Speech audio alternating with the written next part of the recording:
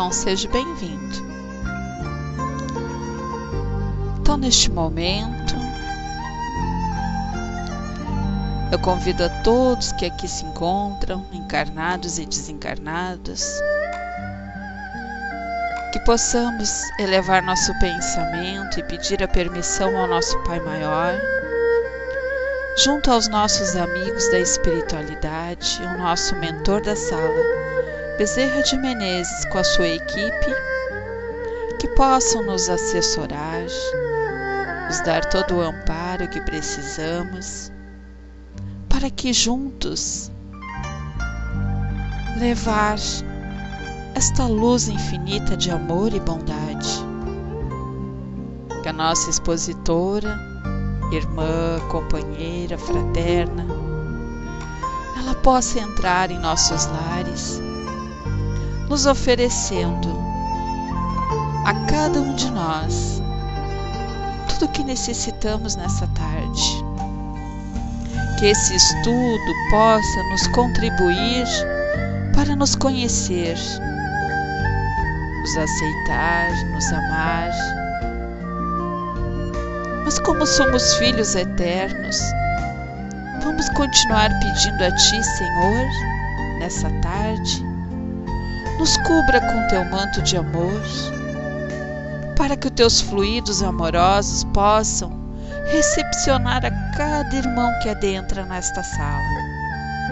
Pedimos por aqueles que não podem estar conosco nessa tarde, que a Tua luz divina possa ir ao encontro de cada um e dar sempre a paz, a serenidade, a confiança e o amor. Eu inicio com uma mensagem para que possamos nos harmonizar e sentir a presença de todos esses amigos, nossos mensageiros, nossos guardiões, que estão neste momento em nossos lares, nos oferecendo a luz, a paz e tudo aquilo que cada um de nós necessita. Mas eu digo, através do nosso livro, Abrindo Portas Interiores, você só saberá se algo funciona depois de experimentá-lo. Você só saberá se a eletricidade está ligada se apertar o botão da parede. Você tem que agir de alguma maneira para testar o funcionamento. Assim também com a fé. É inútil ficar sentado conversando sobre a fé se você não vive por ela e não demonstra o que ela significa para você. É inútil falar sobre viver pela fé se sua segurança estiver no seu extrato bancário, de onde você sabe que pode sacar quando precisar. Você só poderá falar em viver pela fé e ser uma demonstração viva disso quando não possuir nada e for capaz de mergulhar em águas profundas e conseguir realizar o impossível, só porque sua fé está enraizada firmemente em mim. Então, vá em frente, teste a sua fé e veja o que acontece. Então, eu convido a todos aqui, vamos testar a nossa fé hoje à tarde, aqui nessa sala, unidos pela doutrina, com a nossa irmã fraterna. Vamos buscar neste tema, reforma íntima, a nossa força. Vamos fortalecer essa fé, acreditar e aceitar a nossa transformação. Então eu agradeço e digo: seja feita sempre, Pai, a tua vontade. Eu convido neste momento para que a nossa irmã fraterna possa dar início aos nossos estudos. Contigo, frater.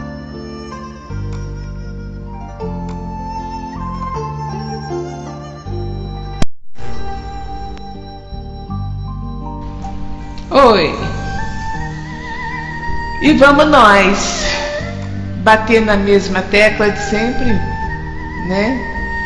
Que eu venho batendo nessa tecla há um tempão, porque, sinceramente, eu estava até conversando com meu marido e estava falando com ele como eu acho difícil essa tal de reforma íntima. Como é difícil o primeiro item da reforma, que é a autoanálise. Como eu acho esses dois temas difíceis. E olha que eu faço uma força miserável para crescer, gente. Eu gostaria de não voltar para provas e expiações. Mas não estou vendo muito jeito ainda ali. Porque, na verdade, como a gente tem dificuldade de nos analisar na realidade. A gente sempre se desculpa. A gente sempre se desculpa. É o que eu estava falando com ele. Se a gente fala de alguém, poxa, você está vendo aquela pessoa ali, como é que tá?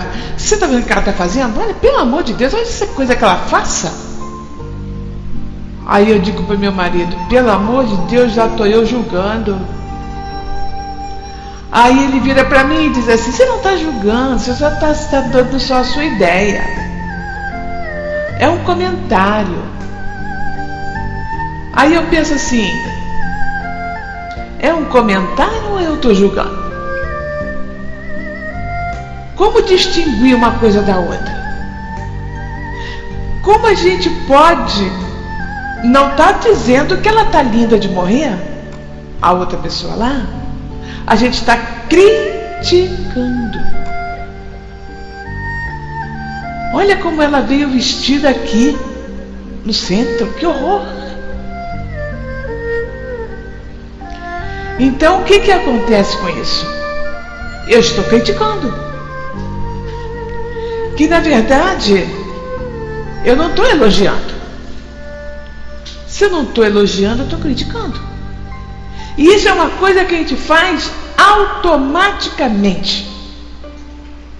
A gente não precisa nem pensar muito, isso sai, né? Então nós estamos tão dentro desse esquema que a gente tem dificuldade de autoanálise. Que a gente está dentro do esquema. É uma coisa que a gente faz sem pensar, é uma coisa automática. E eu acredito que não seja só eu. Eu acho que tem muita gente assim. Porque a gente vai seguindo o automatismo da vida. A gente não vive analisando o que devo dizer, o que devo pensar, como é que eu devo fazer. A gente não vive assim. A gente vive os momentos que vão passando à nossa frente. Então eu estava até conversando com ele de interessante. Nós somos espíritas. Tem várias salas aqui no Pautoque onde a gente aprende um monte de coisa, onde a gente aprende tudo que tem que aprender nos livros que aí estão, né? A gente vai lendo, ou ouvindo o que ele está falando. A gente ouve tudo isso. Na hora que está aqui na sala, eu vejo pessoas dizendo assim, é isso mesmo, está certo mesmo. Ou então dando um palpite certo a respeito daquilo. Aí eu fico assim, caraca, ainda tem gente que, né, tá na linha aí do passar por regeneração. Aí eu fico aqui raciocinando naquele instante, eu penso, poxa, tem que mudar isso, tem que mudar aquilo, tem que mudar não sei o que lá. Muito bem.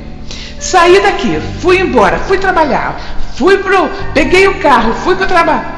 No que eu pego o carro, já estou achando ruim lá com o outro que está fazendo uma besteira no trânsito. Poxa vida, mas tem que fazer esse negócio no trânsito.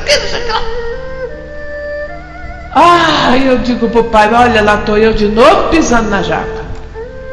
Então isso é tão automático. O que a gente reage dia a dia, na hora a hora da gente, é tudo muito automático, gente. É por isso que eu digo, esta parte dentro do Espiritismo, eu considero a mais difícil.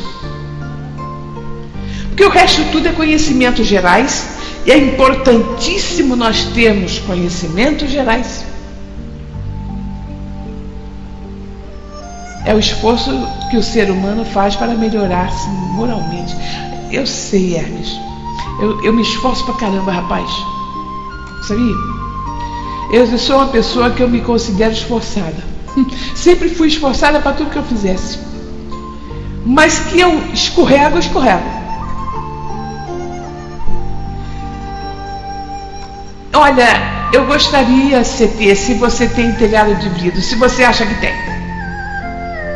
Você acha que tem telhado de vidro? Ou só o outro que tem?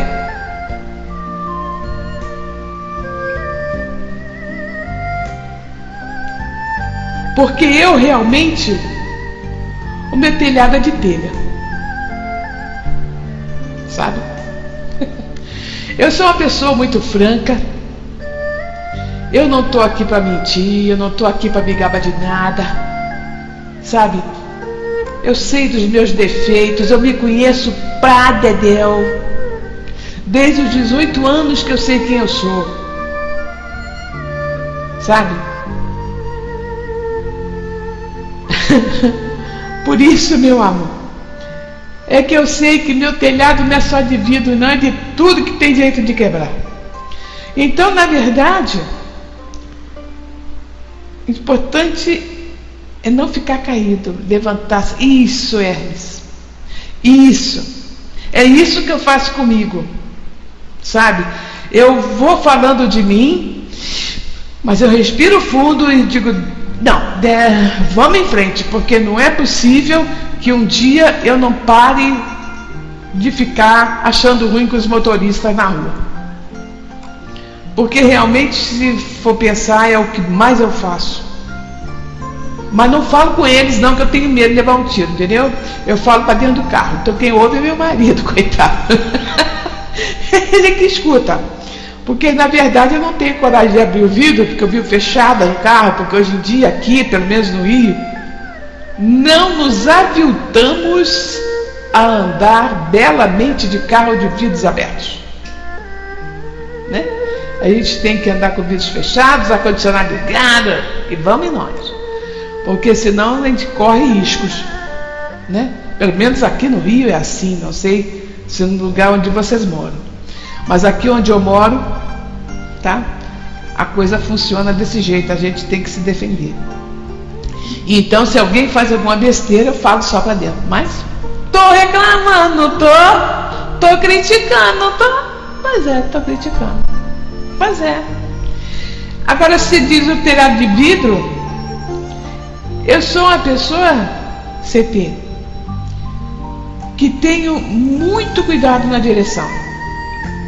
Eu tenho 32 anos de direção e nunca levei uma multa. Interessante, né? Para você ver como eu tomo cuidado. Eu sou muito rápida no que eu faço. Sabe? Eu sou rápida em ver na frente, atrás, do lado, então é muito difícil eu fazer alguma besteira. Mas de qualquer maneira, né? Vamos em frente, minha gente, o negócio não é esse. Então o nascimento, retornando ao momento anterior ao nosso nascimento, momento este em que estamos no período intermissivo, à medida que percebemos e decidimos qual será o nosso propósito de vida, o que teremos que perceber e desenvolver, nós nascemos. É interessante esclarecer que até nosso corpo físico obedecerá às necessidades de nosso propósito. Você não nasce num determinado momento porque sua mãe ou obstetra assim quis. Tudo que envolve o processo de nascer são escolhas espirituais nossas. Tudo serve como uma possibilidade de aprendizagem e resgate de potenciais, inclusive as situações de doenças ou estados congênitos, como por exemplo a cegueira ou qualquer outra deformidade. Nascer num determinado dia, sob uma determinada conjuntura astrológica, para quem entende desse assunto, também faz parte do nosso propósito. Não são os astros que determinam sua vida. Entender a conjuntura astrológica do momento do seu nascimento é muito interessante, até para poder compreender o que você se propôs. Ter um determinado nome, uma determinada situação econômica, tudo serve para perceber o que vai trabalhar nessa sua vida atual. Outro sim, no decorrer da gravidez, as emoções, sabemos nós aqui que o feto tem as sensibilidades da mãe, o que a mãe passa, seja fisicamente ou lá o que for no pensamento dela, ela leva ao nascituro. Os conflitos de nossa mãe, as circunstâncias de nosso nascimento, tudo isso, de certa forma, nos afeta emocionalmente. Precisamos entender que não somos vítimas e que todo esse conjunto de circunstâncias serve para que nos entendamos melhor no momento atual. Lembremos que já trazemos muitas crenças de outras vidas. Muitos profissionais que lidam com terapias regressivas, que eu já fiz isso, é bem difícil fazer essa terapia regressiva. Tenho observado que um nascimento, por exemplo, com o cordão umbilical enrolado no pescoço do bebê, significa que aquele espírito já foi morto por enforcamento. Como já foi dito, todas as circunstâncias de nosso nascimento e de nossa vida têm a ver com o que precisamos trabalhar na vida atual. Vamos entender as influências a que estamos expostos mesmo antes de nascermos. O momento emocional da mãe, por exemplo, como ela se sente, os medos, as ansiedades, como eu falei já lá atrás, são percebidas pelo bebê. Ideias de interromper a gravidez, essa então é pesada, gente. Eu conheço um rapaz que já está com 50 anos hoje, que até hoje ele tem essa rixa com a mãe dele, porque a mãe não quis realmente aquela criança. Imagina vocês. E fazer um aborto são emoções captadas pelo feto em formação. Certos acontecimentos traumáticos, como brigas, também são percebidos e até certo ponto podem influenciar a criança. Sabemos disso em virtude de regressões sob hipnose, onde o paciente descreveu fatos ocorridos durante o processo de gestação e que foram confirmados em entrevistas posteriores com os pais. Além disso, suponha que uma mãe, ao fazer um exame de ultrassom, saiba que vai dar à luz o menino. Ora, ela prepara o quarto para o bebê, roupas, brinquedos, decoração, tudo para um menino. Esse menino, quando nasce, está exposto a cores, objetos, exigências comportamentais, etc., que desde já vão tolhendo o seu eu verdadeiro. E discreta ou ostensivamente cobram dele que seja o tipo esperado. Aquele tipo que o pai e a mãe esperam quando ele nasce.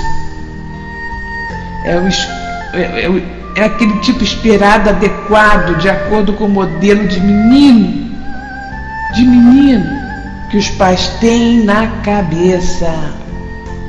É preciso compreender que nossos pais também foram mal formados pela educação que receberam. Nossos pais também podem ser neuróticos, por que não? E também podem ser bem mal resolvidos emocionalmente. Enfim, é importante compreender que nossos pais agiram como sabiam e como podiam. É importante compreender isso para que possamos perdoar nossos pais e nos desvencilharmos de mágoas, rancores, ressentimentos que possamos ter em relação a eles. Precisamos lembrar que o jeito de ser de nossos pais nos facilitou desempenhar o nosso propósito de vida atual. Esta compreensão é primordial para acabar com os nossos mimos e revoltas, por não termos tido os pais que queríamos. É claro que todos nós recebemos influências desse tipo, influências familiares, regras sociais, que acabaram tolhendo o nosso eu real. Na realidade, quase não temos tempo para expressar essa verdadeira natureza, pois pela nossa educação, desde muito cedo, vamos sendo moldados segundo o padrão dos nossos pais e sociedade. Estas solicitações acabam impondo que nos moldemos no tipo adequado de cidadão e, é claro, que ferem nossa verdadeira natureza. Comentários do tipo: isso não é jeito de uma menina sentar, francamente. Meninos não choram, para de chorar. Onde já se viu você pensar assim? Onde já se viu você fazer assim? E etc.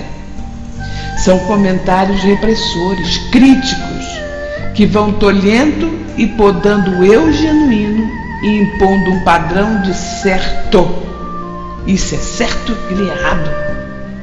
O qual invariavelmente achamos que temos que seguir para garantir que iremos ser aceitos, amados, respeitados.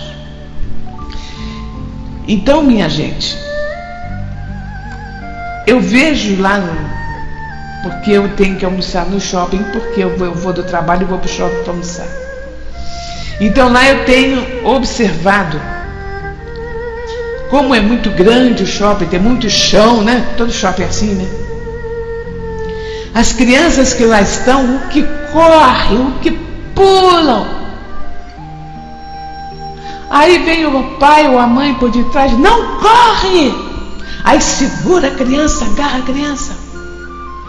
Não pula!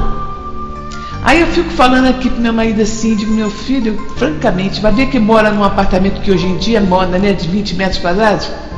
Vai que mora num apartamentinho, tá? E como vê aquele espaço todo pela sua frente, ele quer mais é correr. A criança quer mais é correr, gente. Se cair, levanta, minha gente. Ninguém vai morrer por causa disso. Meus filhos eu cuidei dessa forma, deixei correr à vontade. Quando caía eu dizia: opa! Agora vamos aprender a levantar. Entendeu? Porque na verdade há necessidade disso, de botar para fora isso. Então é o que nós temos que entender, tá? E não é ficar tolhendo, não pode, o que tem de não pode, numa coisa que pode, não tem nada demais, sabe? Então realmente eu fico morta de pena disso. Então, a primeira infância, eis a raiz da problemática emocional. Começa aí. Voltando aos nossos primeiros anos de vida, é claro que, como toda criança, dependemos inteiramente de alguém para cuidar de nós. Isso é normal. A espécie humana parece ser a única no reino animal que é totalmente dependente de alguém que cuide. Pense bem nos outros animais, que já mal cai no chão porque nasceu, fica tentando se levantar a todo custo, porque o máximo que a mãe faz é lamber aquele líquido amniótico. Mas ela não ajuda o filhote a se levantar. E ele já sai dali catando a teta, né? Então veja bem, o animal irracional, ele se vira. Já o racional necessita que alguém faça. Então a espécie humana parece ser a única no reino animal que é totalmente dependente de alguém que cuide, que amamente, que troque nossas roupas, dê banho, etc., por vários anos. Em outras espécies, percebemos que um pouco de tempo, como eu já falei, o filhote já tem uma maior autonomia. Enfim, em nossa primeira infância, precisamos de alguém que tome conta de nós. Embora nossos pais ou as pessoas que cuidaram de nós tenham feito o melhor que podiam, é claro que existiram inúmeras necessidades que não foram satisfeitas.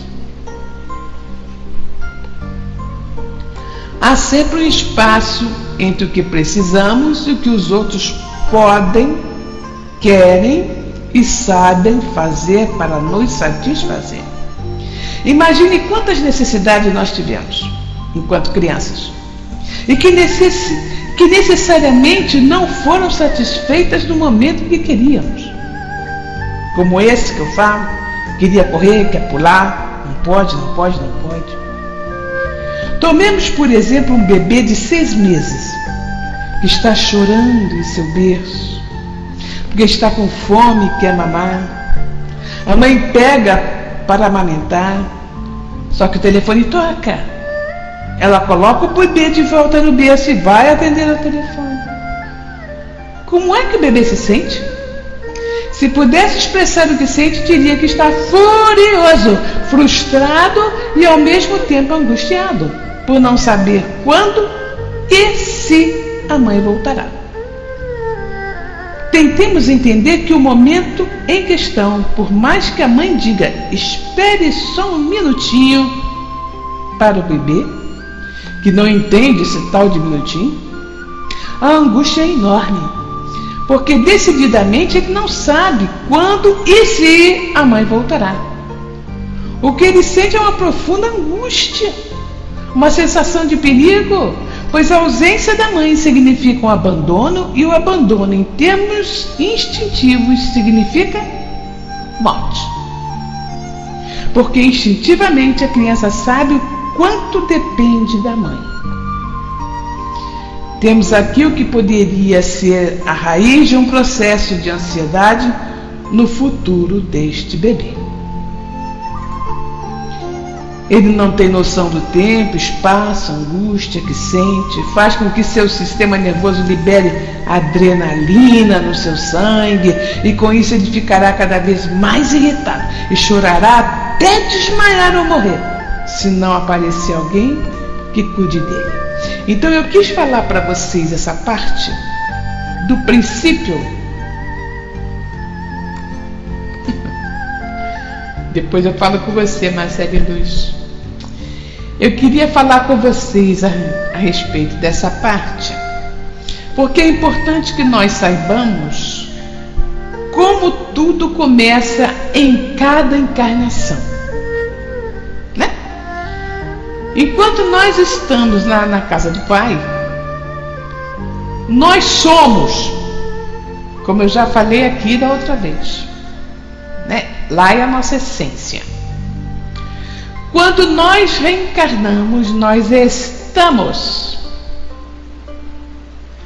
Porque nós viemos com encargos.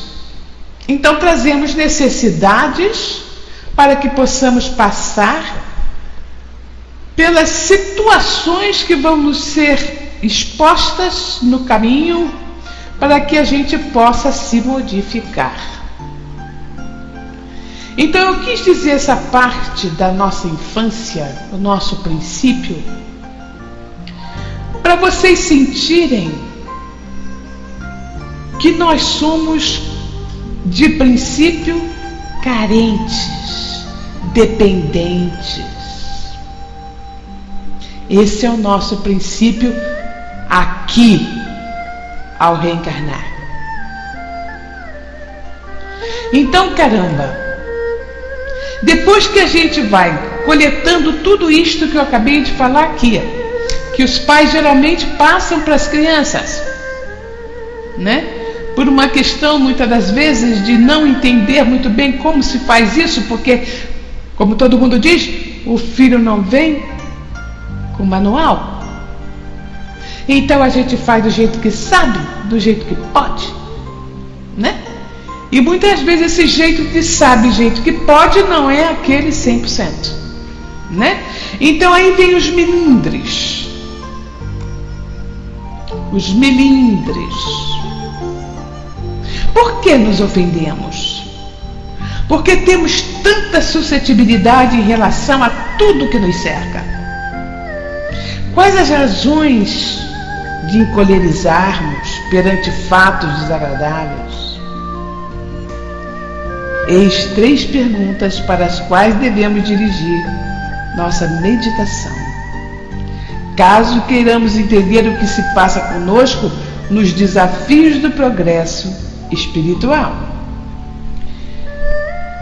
Iniciemos nossas ponderações conceituando a palavra ofensa. Existe a ofensa por razões naturais, provenientes do instinto de defesa e preservação. Através dessas agressões, recebemos da mente os sinais de alerta para avaliarmos com melhor exatidão a conveniência e o grau de perigo ou importância do que nos cerca. É natural nos ofendermos, por exemplo, com palavrões, que causam dores aos ouvidos sensíveis. É natural nos ofendermos ao ver 2 seres humanos se agredirem. É mais que justo que nos ofendamos e tenhamos raiva a sermos assaltados em uma rua, como aconteceu aqui nesses feriados na praia, os arrastões. Eu já decidi que não vou mais à praia. Não tem condição. É uma coisa horrível. Ainda bem que eu tenho piscina em casa, né? Por isso é que eu tenho como dizer que não vou. Mas de qualquer maneira, olha, não fuja, CT, meu querido. Na hora que está todo mundo correndo, se você puder raciocinar rapidinho e fazer o que você está dizendo, seria o ideal. Seria o ideal. Se enterrar, né? Fazer de conta que ele desmaiou ou qualquer coisa. Mas ninguém pensa assim na hora do pega para correr, não, menino. Tá todo mundo correndo, todo mundo corre. Não sabe nem para onde, né? Então é uma coisa horrível esses assaltos que estão acontecendo aqui no Rio. Será muito natural nos ofendermos quando formos injustamente julgados pelas pessoas que nos conhecem. Esse é o outro ponto. Olha o julgamento que eu estou falando. Jesus disse: não julgueis.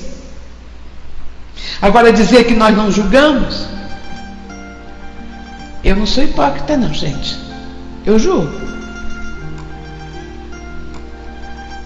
Na verdade, nós fazemos coisas, quando digo eu julgo para dentro, eu não falo. Eu apenas penso. Mas para mim só o pensar já está servindo como errado, entendeu?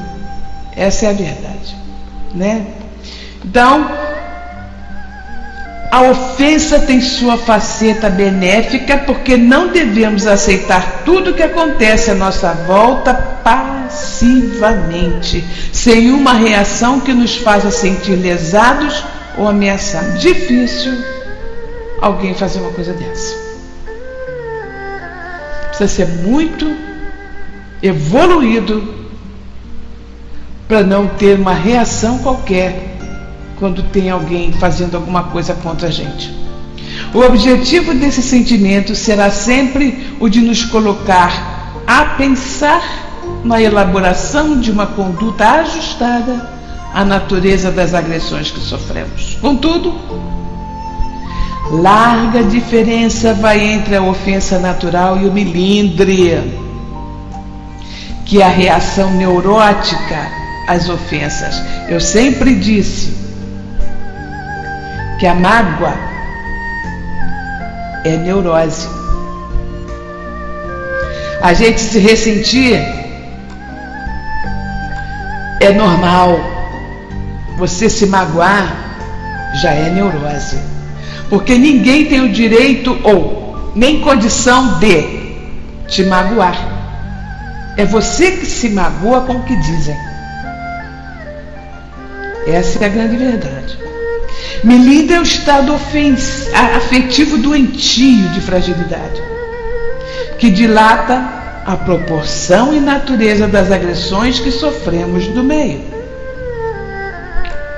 Por exemplo, pequenas atitudes ou delicadas situações são motivos suficientes para que o portador do melindre se agaste terrivelmente, fechando-se um corrosivo sistema de mágoas e decepções com os fatos e as pessoas que lhe foram motivo de incômodo e contrariedade. Assim, aumenta a intensidade do fato e desgasta-se afetivamente através de imaginações febris sobre a natureza das ocorrências que lhe afetaram.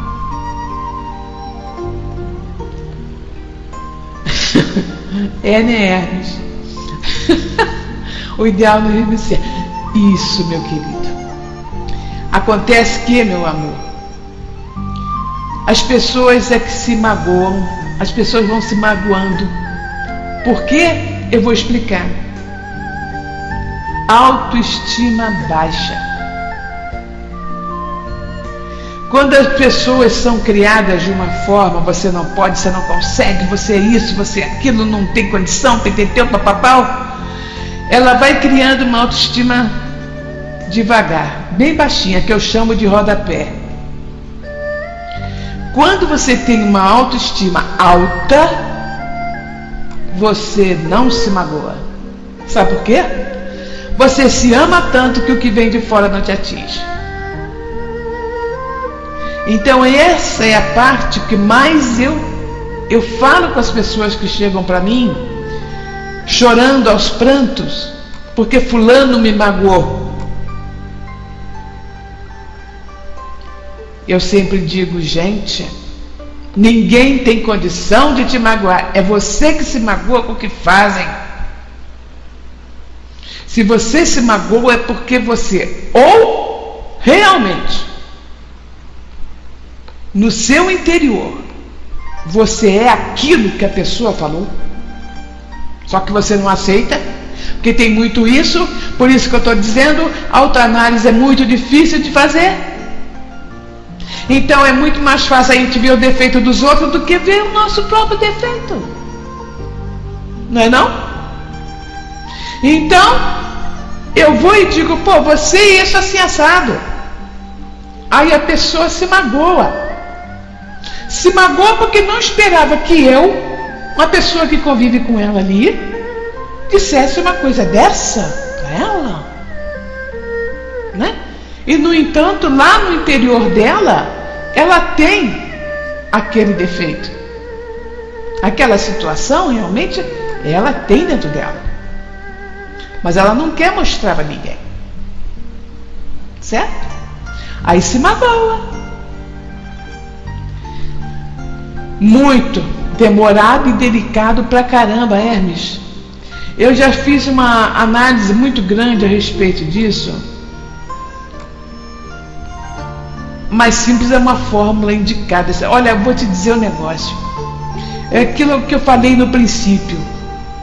Você tenta, vai, porque você está ali estudando aqui, as pessoas estão falando isso, eu estou falando isso, os livros estão falando isso, as outras salas estão falando a respeito disso, que você tem que se reformar, que você não pode julgar, mas você julga. Você julga. Todo mundo aqui julga sim. Porque é uma forma que a gente tem muitas das vezes de botar para fora algo que nos dizem. Então a gente revida, mas não diz. Muitas das vezes, se for uma pessoa educada e esperta, não diz, mas pensa. E o que vale da sua autoanálise? É o dizer ou o pensar? É o sentimento, não é isso?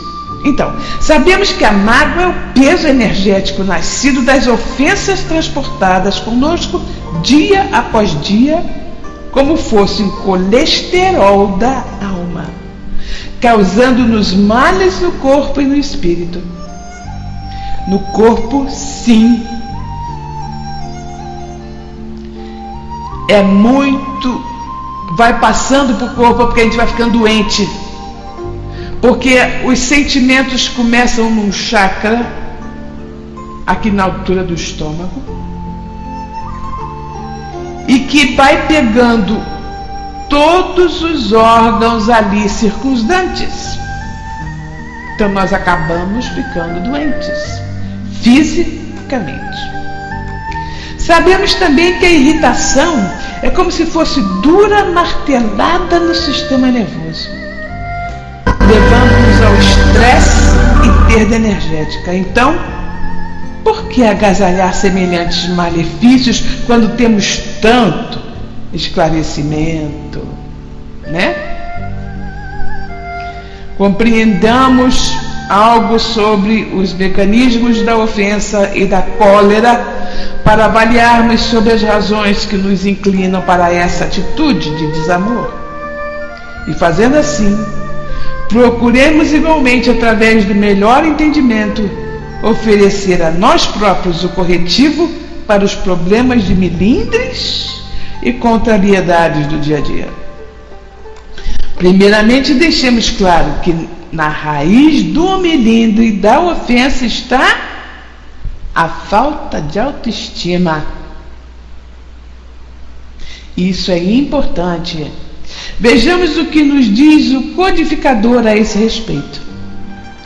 Julgando-se com direitos superiores, melinda-se com o que quer que, a seu ver, constitua ofensa a seus direitos.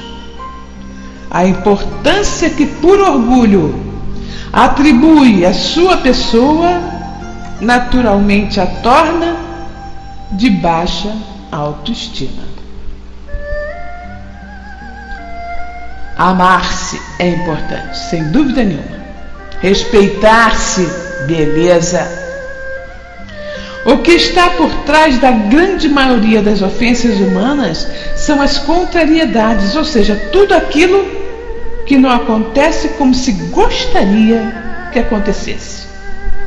Contrariar para a maioria das criaturas significa ser contra aquilo que se espera, ser nocivo aos planos pessoais, ser prejudicial, ser desvantajoso, Nessa ótica, tudo aquilo que não ofereça alguma vantagem na nossa forma de conceber os benefícios da vida é algo inoportuno, indevido, que não deveria ter ocorrido, gerando reações no mundo íntimo, cujos reflexos poderão ser percebidos na criação de sentimentos de pessimismo, infelicidade, desapontamento, animosidade, tristeza e rancor.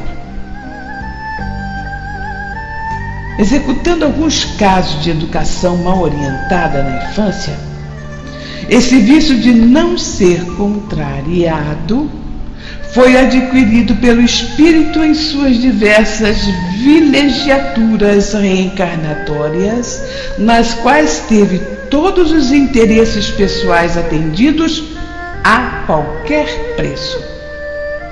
É o velho hábito da satisfação plena dos desejos da personalidade que, dispondo de poder e recursos, não hesitou em colher sempre para si mesmo os frutos dos bens divinos que lhe foram confiados nas transatas experienciais. Hoje, renasce em condições que limitam suas tendências de saciação egoísta, instaurando um delicadíssimo sistema de revolta silenciosa quando não consegue o atendimento de seus interesses, experimentando uma baixa tolerância e frustrações. Essa revolta é o movimento interior de repúdio da alma aos novos quadros de vida a que é lançada, nos quais é compelido pela força das circunstâncias a aprender a obediência aos ditames da lei natural, nem sempre afinados com seus gostos e aspirações individuais. Por isso que nós reencarnamos e reencarnamos e reencarnamos, porque temos sempre desafios a resolver. Há 23 anos e não bebo álcool há 8 anos, exatamente quando iniciei meu processo de reforma íntima. Mas que é tão difícil como refere Fraterna, há sempre algo que me reconheço faltoso. Mas claro, você tem. Vai sempre achar. Ou então você não estaria reencarnado. Uma vez o Zé que falou aqui um negócio que eu guardei para mim aqui, ó. Nós só não vamos mais reencarnar quando nós soubermos o que é amor incondicional. Quando ele disse isso, realmente eu entendi o lance. Gente, como é difícil esse tal de amor incondicional, porque nele está inserido tudo isso que eu estou falando aqui, ó.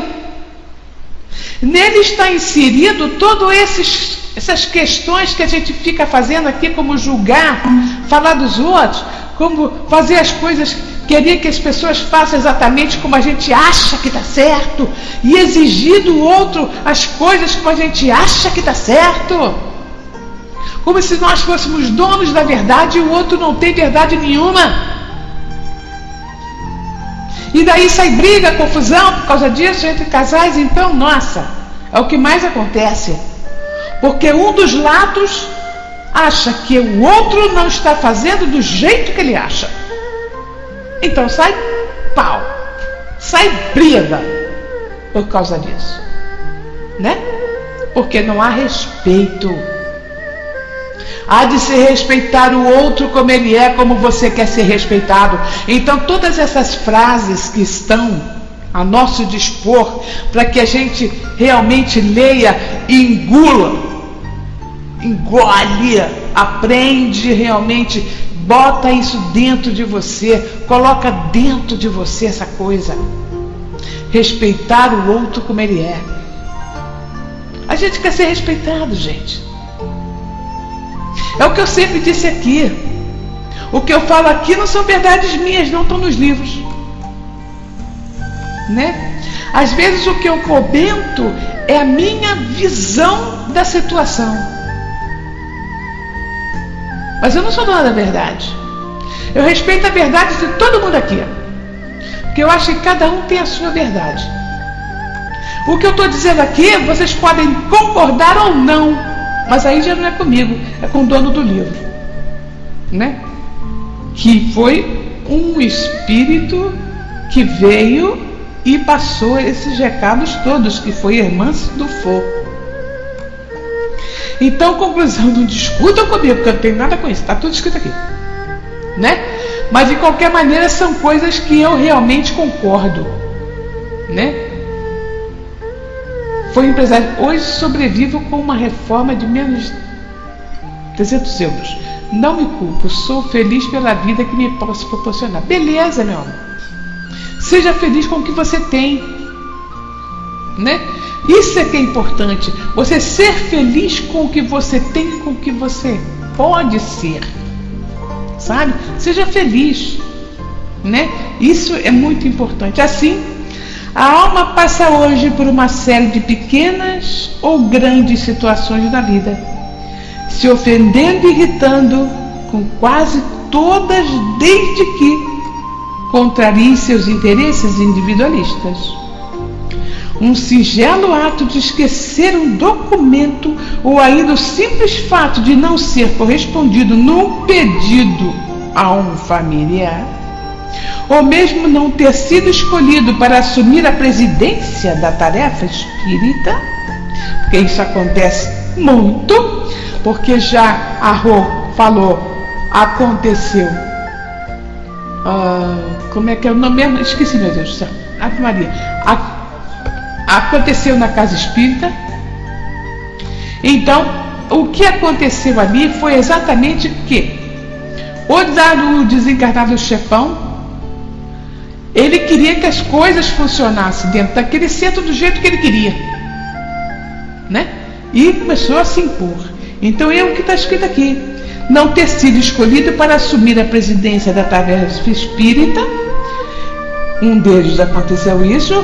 Todos são motivos para irritação, o desgaste e a animosidade, podendo chegar às raias da ofensa, da mágoa e do desequilíbrio.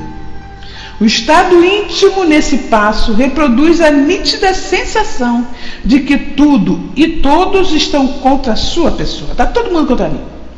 E fatos corriqueiros podem se tornar grandes problemas, enquanto os grandes problemas podem se tornar tragédias lamentáveis.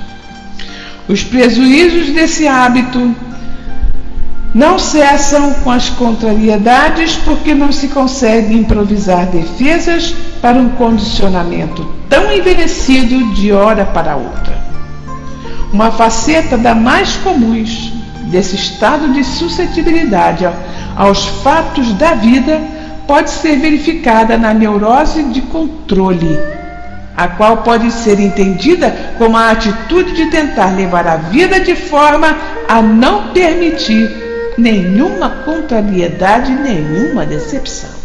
Essa neurose pode ser considerada como uma maneira de se defender do vício de não ser contrariado. Mas não para pôr aqui essa sequência de expiações da vida íntima. O esforço em controlar tudo para que as coisas aconteçam a gosto tem como principal metamorfose a preocupação. Preocupação é o resultado de quem quer ter domínio sobre tudo da sua existência. Surge inesperadamente ou por uma razão plausível, mas é em muitas ocasiões o resultado oneroso dessa necessidade de tomar conta de tudo para não acontecer o pior, o inesperado. Em qualquer uma das situações citadas até agora, o sentimento de ofensa será parte comum na vida dessas criaturas, podendo suscitar pequenas ocorrências de decepção rotineira ou ainda dramas dolorosos da psicopatia, conforme as tendências e valores de cada espírito.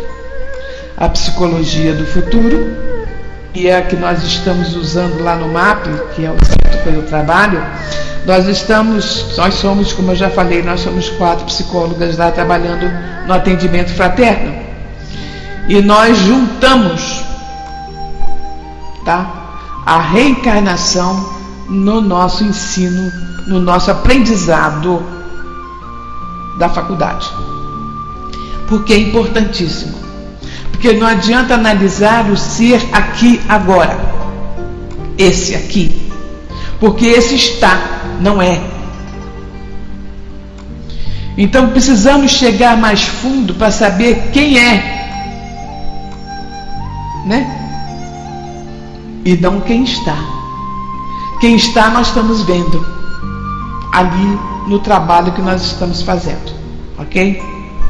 Então, o que importa a todos nós é o ingerente trabalho de renovação no campo dos nossos interesses, afeiçoar-se com mais devoção a aceitar as vicissitudes da vida, aceitar as coisas difíceis que nós vamos passando, os nossos desafios, com resignação e paciência, fazendo o melhor que pudermos a cada dia, em busca da recuperação pessoal, otimismo ante os reveses, perdas, confiança e boa convivência com amigos de ideal, serviço de amor ao próximo, instrução consoladora, fé no futuro e boa dose de humildade são as medicações para ofensas e ofendidos na doença do melindre.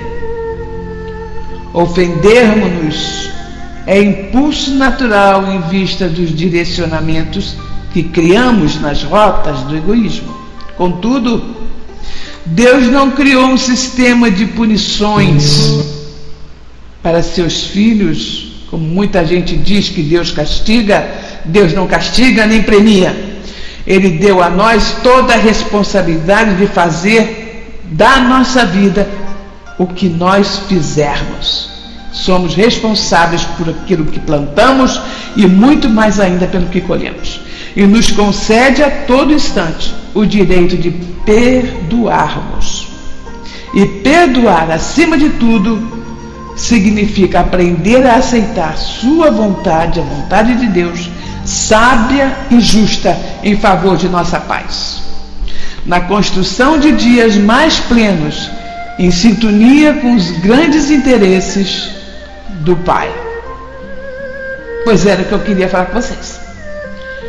Não sei se fui explícita o suficiente.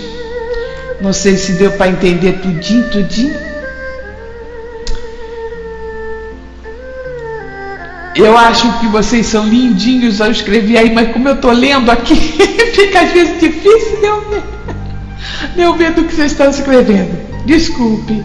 Gosto muito de ver o que vocês escrevem, mas fica complicadinho para mim, porque eu estou lendo. Estou lendo e fazendo deduções. Ao mesmo tempo coloco coisas minhas. São coisas que eu estudei, são coisas minhas, né? Que eu trago comigo. Então fica meio complicado de ler vocês aí. Mas se vocês tiverem algum probleminha aqui agora, quiserem falar, eu estou à disposição. Se não, se está tudo assim, se eu procuro falar o mais claro possível, procuro fazer, sabe? Para que todo mundo entenda. Porque como já acho que é difícil a autoanálise, então, pelo amor de Deus, a reforma íntima ainda muito mais. Temos que nos amar mais também, temos que ter uma atitude firme de nos questionar. Pessoas estão sendo injustiçadas e você vai ficar apenas olhando. Minha santinha, se você puder ajudar essa injustiçada, faça. Agora eu pergunto a você: tem médicos injustiçados, tem hospitais, tem pessoas que têm que frequentar esses hospitais e que não tem nada, não tem nem maca. Estão todos sendo injustiçados, não tem, não? O que você pode fazer além de ficar olhando? Orando, pedindo aos protetores que ajudem, já que o governo que está aí está colorando isso. O que você vai fazer? Na empresa onde trabalho, combati a injustiça, enfrentando uma poderosa chefe do RH. Porque senti aquela voz falando comigo. Wesley, tira seu traseiro desta cadeira de escritório e vá defender os funcionários. Então tomei uma atitude e saí vitorioso. Mas a luta foi ferrenha. Isso disse Leonardo Ovianta. Belamente de acordo quando se pode. E quando posso, eu saio em guerra. Quando está na minha alçada fazer alguma coisa, eu saio em guerra. Eu mando ver.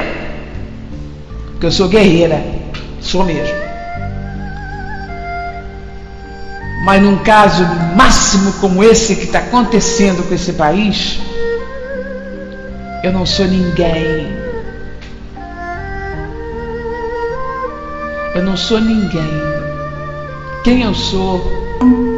Eu sou uma senhora de 57 anos que que mora numa casa, que tenho filho, que tenha marido e não tenho nenhum nome que possa aparecer para poder ajudar a esse povo que está sofrendo nesse país.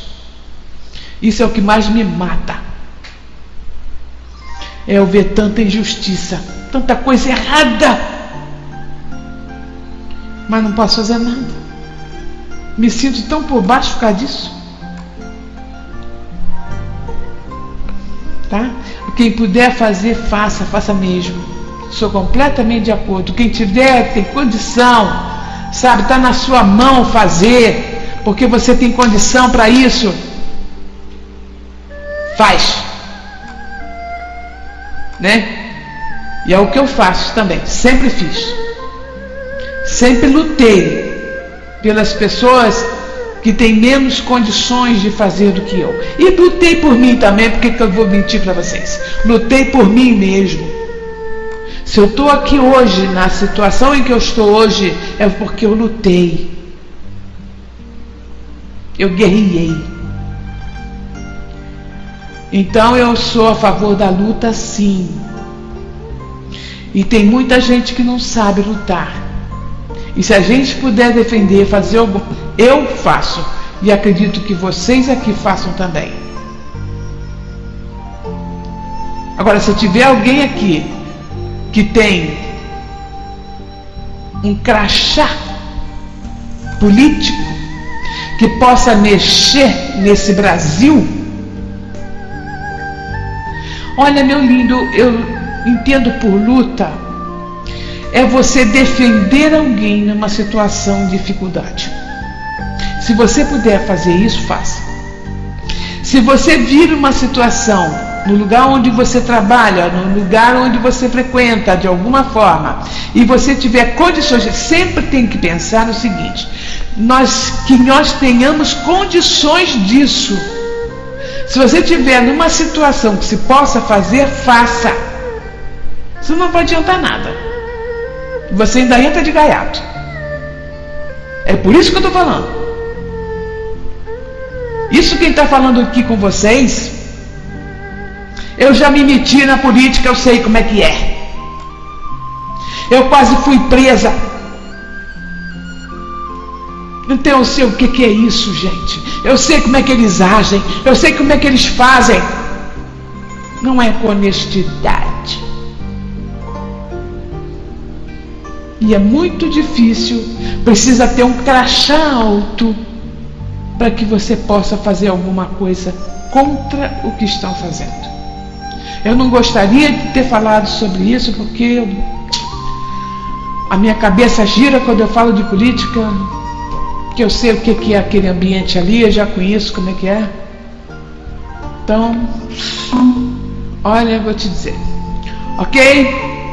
Então a minha luta é isso, Ernest. É isso que eu entendo por luta, tá? Isso é que eu entendo. O que puder, faça. Se não puder, não adianta, porque eu quase fui presa. Então eu sei o que é isso, ok?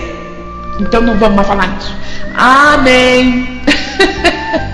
Vamos nós crescer aqui no que a gente puder. Beijinhos, meus amigos.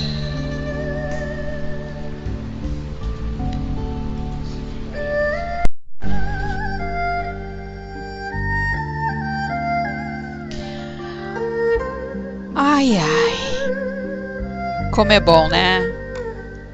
Como é bom quando a gente traz um assunto como a Frater sempre nos contempla e a gente pode aqui acompanhar na área de texto as suas opiniões, suas colocações. Eu sei que é tão difícil para nós conviver no dia a dia, a falta de respeito. Nossa, são tantas coisas que está acontecendo, né, no nosso planeta Terra. Mas eu, Arro, tenho um lema comigo. Eu não posso permitir que tudo isso me torne uma pessoa amarga, revoltada, indignada, né? Eu busco sempre sim buscar o meu equilíbrio. Quando a gente se depara na TV com filhos matando pais, pais matando filhos, a gente fica triste. E isso ontem até nós comentamos lá na Casa Espírita. As pessoas, eu observo a revolta das pessoas, e as pessoas às vezes até no Facebook vão lá quando se deparam com uma tragédia, né? E pessoas que têm conhecimento da doutrina ficam tão assim enraivada que colocam, mata esse infeliz, faz isso, faz aquilo. E eu cuido muito esse meu lado de não entrar na revolta, né? E ontem, eu aqui estudando e pesquisando, eu achei algo assim que fez eu pensar mais ainda. Eu até coloquei lá no Face um videozinho pequenininho, né, que do Simonetti, que ele fala sobre esse do perdão. Fala sobre esses cuidados que nós temos que ter de não nos deixarmos influenciar por energias. E eu gostaria de compartilhar aqui com vocês, porque tem tudo a ver com o que a nossa Frater colocou, e é para reforçar mais ainda que nós podemos lutar sempre por novos ideais, mas com armas de amor. Pessoas erram, mas a gente não pode esquecer que existem as leis de Deus. Nada fica impune. Pode ficar impune perante as leis do homem, mas as leis de Deus jamais. Nada passa despercebido.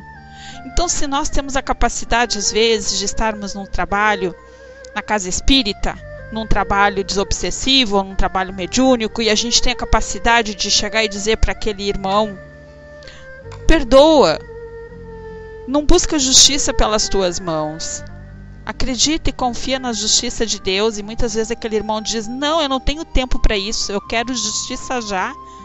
Mas aí nós às vezes vamos estar cometendo um erro maior do que aquele que cometeu, né? Então eu gostaria de colocar aqui esse videozinho, que ele é pequeno, esse áudio, para que a gente pudesse escutar, que é fantástico. Eu amei. E vou até gravar ele e vou levar na Casa Espírita, para que os trabalhadores, nós que estamos lá, que a gente possa escutar também. Porque a revolta não é legal para nós. Não é. Ela nos prejudica, como disse a Frater. A gente fica doente, a gente suspira, a gente sente dor, a gente sofre. E isso não é legal, não. Então eu quero aqui, vou lá colocar, só para que a gente possa ter entendimento. Se chama A Dinâmica do Perdão, Richard Simonetti. Então vamos lá. A propósito do vale lembrar uma história muito conhecida, inclusive no meio espírita, e bem ilustrativa, do espírito Neio Lúcio, Psicografia de Francisco Cândido Xavier. Fala-nos ele de um operário que foi demitido de uma fábrica.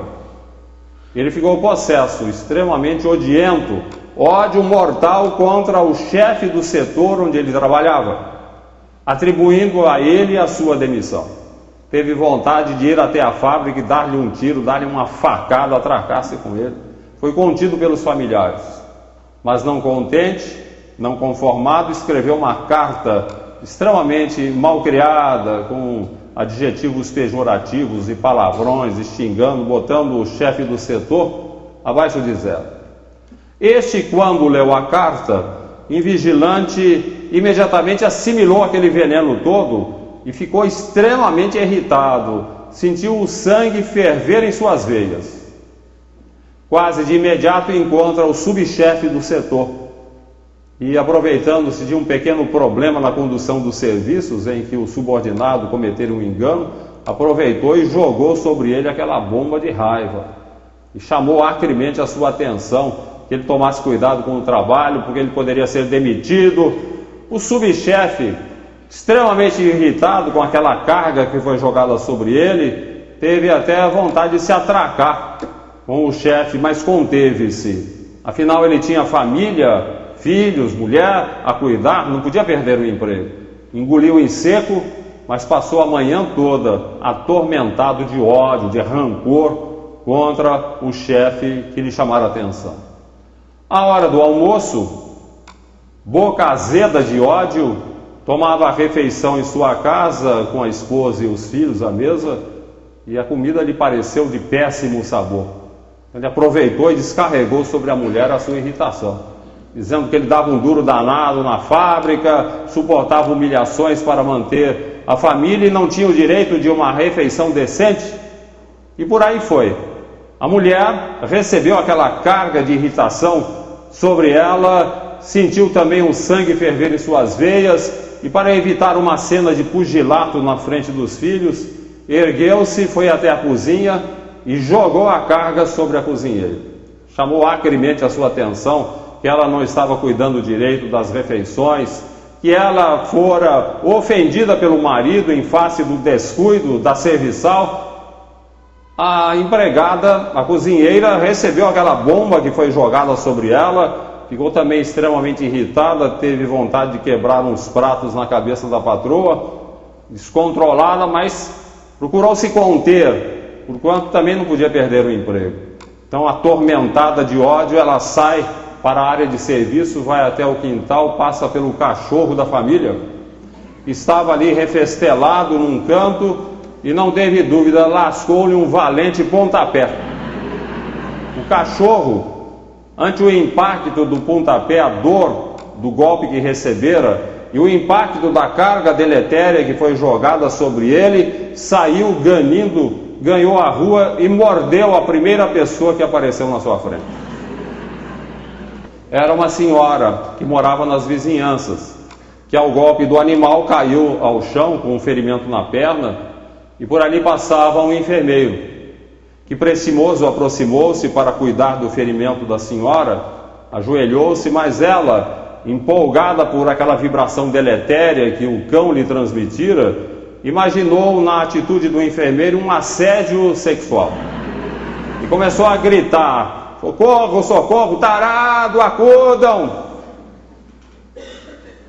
O enfermeiro recebeu aquela carga magnética deletéria, ficou extremamente irritado, afastou-se pronunciando palavrões e prometendo a si mesmo que nunca mais ajudaria ninguém. Passou o resto do dia atormentado, macanguzo, sisudo, em estado lastimável de desequilíbrio, com aquela carga fermentando em seu cérebro. À noitezinha regressou ao lar, solteiro, morava com a mãe, viúva, apenas os dois. Ela, uma velhinha, já bastante idosa, muito espiritualizada, sempre vinha recebê-lo quando ele chegava. Então, meu filho, como foi o seu dia? Perguntou ela. O filho aproveitou a deixa e descarregou sobre a mãe a sua irritação. O meu dia foi uma porcaria, se a senhora quer saber. Eu enfrentei contrariedades e dissabores, eu estou cansado dessa vida e a senhora é culpada, porque eu queria dar um jeito na minha vida, eu queria sumir e eu tenho que ficar. Extravasou toda a sua irritação com aquela loucura momentânea de quem fala o que pensa sem pensar no que fala. Uma insanidade quando a pessoa se deixa dominar pela irritação extrema. Mas daí aconteceu um fenômeno espantoso. O filho, envolvido por trevas, emitindo dardos envenenados em direção à mãe. Ela, que percebeu a condição do filho, entrou imediatamente em oração, pedindo a Jesus que ajudasse o filho. nimbou-se de luz. E o fenômeno espantoso era esse: ele, envolvido pelas sombras, vibrando trevas, dardos envenenados em direção à sua mãe. Mas na medida em que atingiam a sua aura iluminada, aqueles dardos envenenados se dissolviam e não a atingiam. Por aí ele foi. Quando ele acabou de extravasar toda a sua irritação, o seu descontrole, a mãe ternamente pegou as suas mãos e disse: "Ah, meu filho, eu sei que a nossa vida realmente é difícil, é complicada, nós enfrentamos muitos dissabores. Mas, meu filho, com a ajuda de Jesus, tudo vai passar. Eu preparei um jantar maravilhoso para nós dois. Vamos orar, vamos pedir a Jesus que nos abençoe, depois vamos jantar." E o filho, ante aquela demonstração de humildade da mãe, sentiu-se profundamente envergonhado de sua falta de educação e começou a chorar, pedindo à sua mãe que o perdoasse pelo seu descontrole. Mas ela o abraçou ternamente. "Ah, meu filho, que é isso? Perdoar por quê? Você é carne de minha carne. Porventura o braço tem que pedir perdão ao corpo por estar doendo? Não há nada não, meu filho, fique tranquilo. Vamos orar, vamos pedir a Jesus que nos abençoe e depois vamos jantar." E aquela bomba de ódio, de rancor, de ressentimento, cheia de vibrações deletérias, que fora armada por um operário demitido da fábrica e que fizera mal a tanta gente, fora finalmente desarmada por um meigo coração de mulher capaz de compreender e perdoar. Não é apenas o mal que fazemos aos outros quando não perdoamos. É sobretudo o mal que fazemos a nós mesmos. E se nós queremos ser felizes, é fundamental que aprendamos a perdoar. É o que nos ensina Maria Dolores em Psicografia de Francisco Cândido Xavier. Indagas ao mundo em derredor o que fazer por ter mais luz ante a vida maior. E a vida te diz uma palavra só para seres felizes: perdoar, perdoar. Para que vivamos em altos cimos na cúpula dos bens que usufruímos, o perdão é lei da própria vida. Tudo te ensina em torno, alma querida. Perdoar, perdoar. O chão perdoa a lâmina violenta para produzir o pão que te alimenta na lavoura a brilhar. A madeira em casa, o machado bronco, ouviu na floresta o grito do tronco: perdoar, perdoar.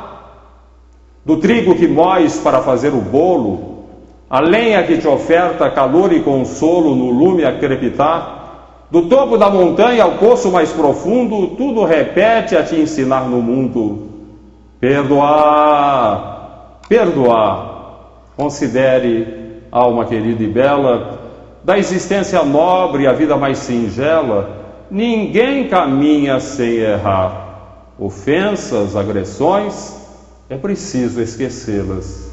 Por mais luz, pede o céu acendendo as estrelas.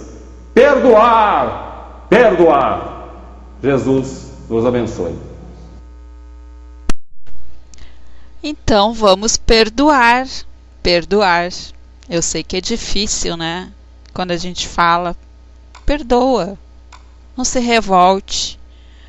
Aceita as pessoas como elas são, por mais terríveis que sejam, mas nós não temos esse direito. Então, quando eu assisti esse vídeo ontem, nossa, eu achei divino. Curtinho, claro, linguagem fácil. Então, cada vez que eu escuto ele, eu coloco em ação essa reforma íntima que a nossa irmã fraterna nos proporcionou hoje à tarde.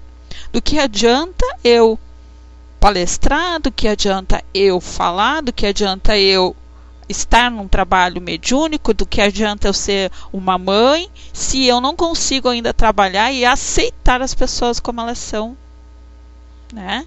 Então eu não posso exigir das pessoas aquilo que eu não tenho para oferecer. Se eu falo tanto em amor, eu tenho que ser esse exemplo de amor. Então, eu agradeço assim do fundo do meu coração pela presença de todos.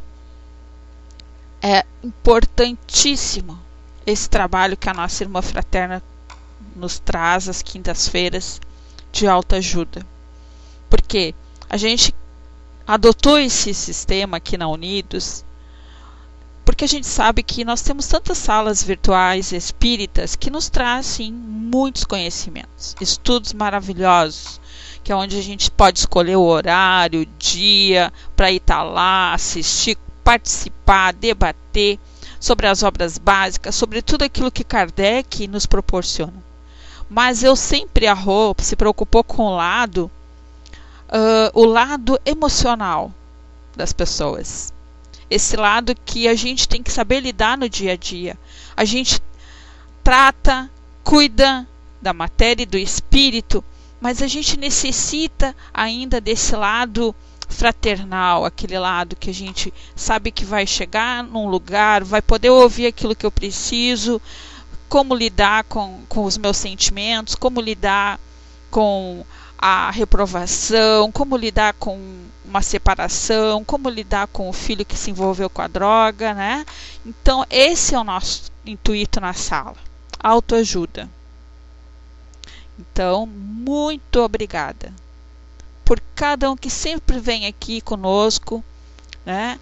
Que sempre fica até o fim, ou aqueles que dão uma chegadinha, participam um pouco, vêm aqui, nos dá esse carinho, porque nós também precisamos do carinho, nós também precisamos da motivação para que a gente continue colocando aqui esse trabalho belíssimo. E eu gostaria agora que cada um colocasse as suas águas, né? Para que a nossa irmã Sil entrasse nas vibrações, para que cada um pudesse receber em seus lares tudo aquilo que necessitam através das energias que os nossos amigos espirituais vão, e eu tenho certeza que já estão todos em nossos lares, nos proporcionando aquilo que precisamos. É contigo, Sil.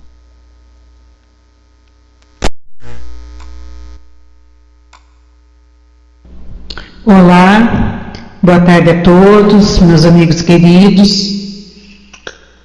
Vamos então, nesse momento, depois desse estudo maravilhoso, desse áudio também maravilhoso, que com certeza nos ajudou e muito, vamos passar agora para o momento das vibrações, esse momento tão especial, onde podemos vibrar por todos que estão precisando.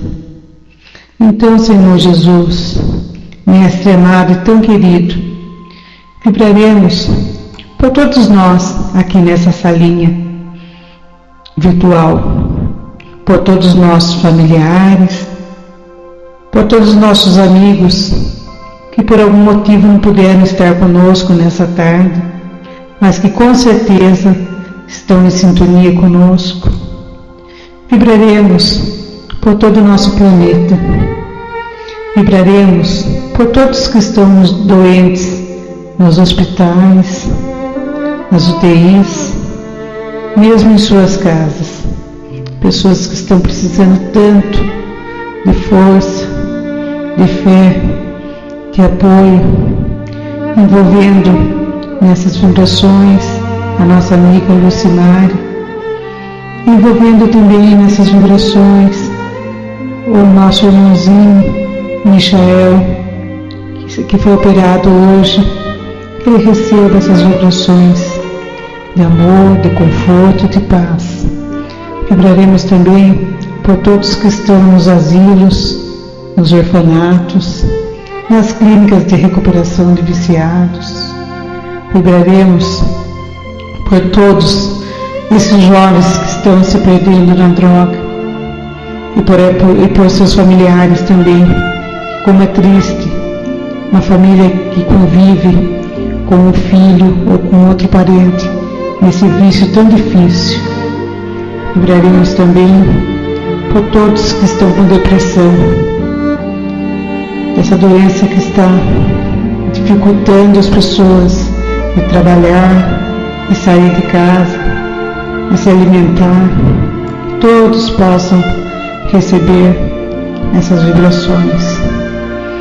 E sendo assim, Jesus, peço ao Espírito de Luz que nesse momento possa fluidificar as nossas águas, contidas em nossos copos, em nossas garrafas e até mesmo nossos filtros, trazendo no laboratório divino esse remédio que aqui na Terra não temos, que esses fluidos possam chegar até as nossas águas como uma chuva de prata, energizando-a, fluidificando-a, que ao tomarmos com fé, conforme a nossa necessidade e o nosso merecimento, possamos sentir a diferença. Obrigada, Jesus, por mais esse dia, por mais esse estudo, pelas vibrações, pelas preces, pela fluidificação de nossas águas, que possamos estar aqui nessa sala muitas e muitas vezes, estudando esse Evangelho, esse estudo que estamos sempre procurando acrescentar alguma coisa de melhor na gente e aprender e colocar em prática. Então permaneça conosco, Pai, hoje e sempre. Que assim seja, graças a Deus. Um lindo final de tarde a todos. Fiquem todos com Deus e com Jesus. Um beijo a todos. Passando a rua. Vamos continuar nessa vibração amorosa que a nossa irmã Sil nos contemplou. E eu peço para que a nossa irmã Dulce encerre com uma prece as nossas atividades e que Deus ilumine a todos. Muita paz e muita luz.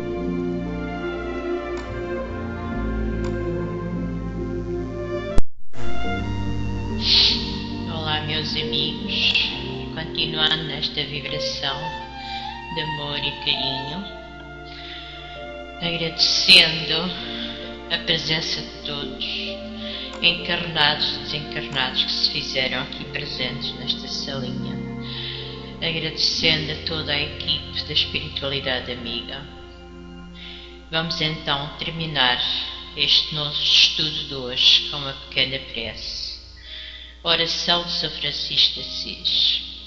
Senhor, fazei-me instrumento de vossa paz. Onde houver ódio, que eu levo amor. Onde houver que eu levo perdão. Onde houver discórdia, que eu levo a união. Onde houver dúvida, que eu levo a fé. Onde houver erro, que eu levo a verdade. Onde houver desespero, que eu levo a esperança.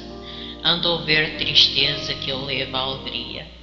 Onde houver trevas, que eu levo a luz. Ó Mestre, fazei que eu procure mais consolar que ser consolado, compreender que ser compreendido, amar que ser amado, pois é dando que se recebe, é perdoando que se é perdoado, e é morrendo que se vive para a vida eterna. Que assim seja, graças a Deus. Obrigada pela presença de todos. Mais uma vez, Barro, Sil, Fraterna, Indianazinha, Iranzinha, Sílvia, Dona, Marcel, Carlos, Dudu, Ligeirinho, Leonardo, Piton, Zaninha. Obrigada a todos, que assim seja.